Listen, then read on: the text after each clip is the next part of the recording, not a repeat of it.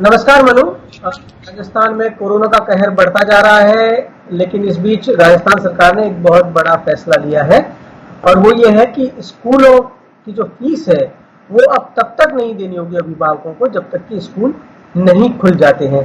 तो ये इसकी बहुत समय से मांग चल रही थी और राजस्थान सरकार ने अब ये फैसला लिया है कि जब तक स्कूल नहीं खुलेंगे तब तक स्कूल वाले फीस वसूल नहीं कर सकते। हालांकि इसमें दोनों तरफ से मांग की गई थी। एक तरफ अभिभावक थे जो कह रहे थे कि स्कूल की फीस वेव ऑफ कर दी जाए, दूसरी तरफ स्कूल और टीचर्स थे। उन्होंने कल मुख्यमंत्री को एक अपील की, उनको चिट्ठी लिखी और कहा कि यदि आपने फीस माफ कर दी या फीस डेफर कर दी तो फिर हम लोगों को तनख्वाह कैसे मिलेगी, हम बाकी अपना काम कैसे चलाएंगे।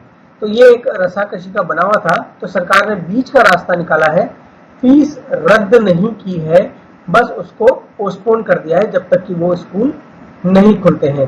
और आगे अब इसमें क्या होगा ये डिपेंड करेगा जब सरकार इसके रूल्स वगैरह पूरी तरह से खुलासा करेगी। तो ये एक बहुत बड़ी राहत है लोगों को जिनके बच्चे स्कूल में पढ़ रहे हैं और अब वो फीस जो है देर से जमा करा सकेंगे जब तक स्कूल नहीं खुलते तब तक। वैसे कुछ स्कूल ऐसे भी थे जिन्होंने की अपनी फीस में 25% की कटौती कर दी थी। अब हम बढ़ते हैं अगली खबर की तरफ।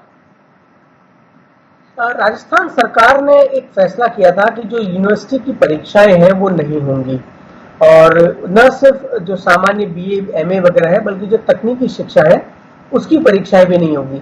और जैसे ही राजस्थान सरकार ने ये फैसला लिया उसके तुरंत बाद शाम को यूजीसी का एक सर्कुलर आया। उसमें कहा गया कि ये परीक्षाओं से एग्जम्पशन करना सही नहीं है और वो इसकी इजाजत नहीं देगा।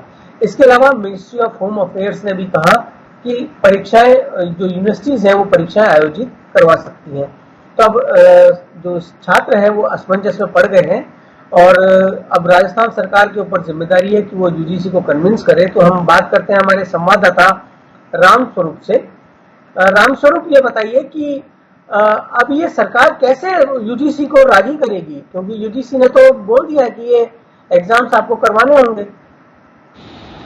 देखिए, रास्ता इतना मुश्किल लग रहा है क्योंकि यूजीसी की गाइडलाइन जो है वो पहले से बनी हुई है और इसमें साफ तौर पे लिखा हुआ है कि चाहे कोई सा भी ईयर हो या फिर सेमेस्टर हो, अंतिम सेमेस्टर के और अंतिम वर्ष के एग्जाम होना आयोजित करवाना अनिवार्य है। ये गाइडलाइन में लिखा हुआ है साफ तौर पे।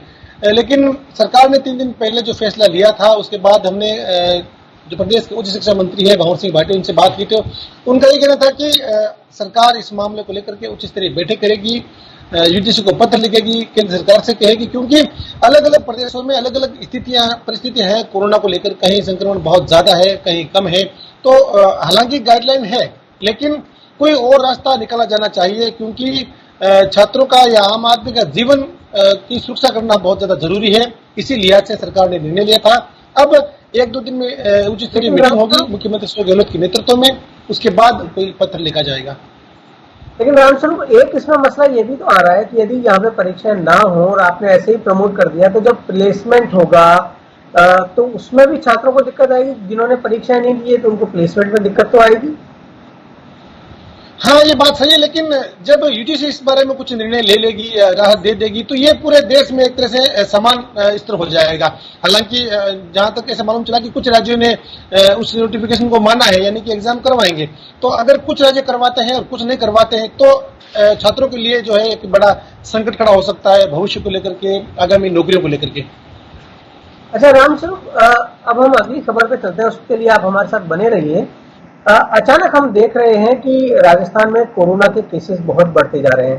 पहले 100-100, 200 आते थे, उसके बाद ये केसेस कम हुए, लेकिन अचानक 400, 500 और अब तो ये 700 से ज्यादा केस कल आए हैं।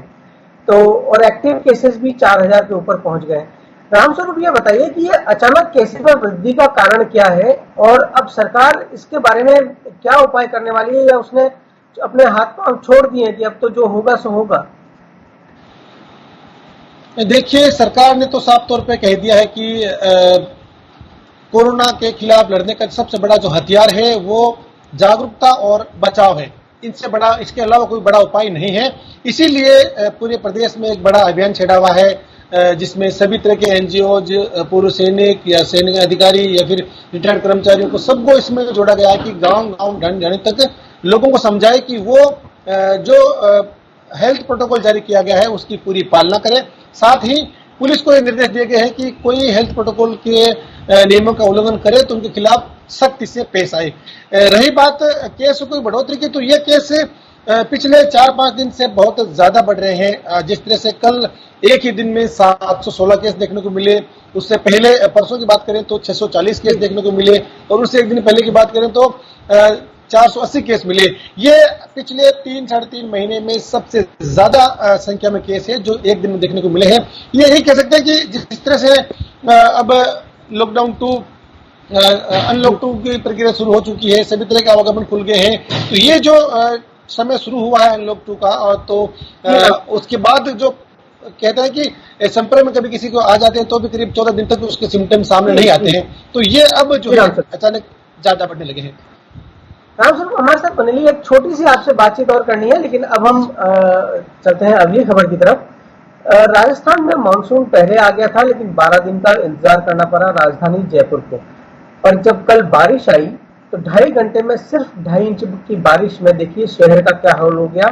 हर तरफ मानो सड़कों पर नदियां बह रही थी, और एक जो गवर्नमेंट एजेंसीज हैं वो एक दूसरे पर जिम्मेदारी डाल रही थी।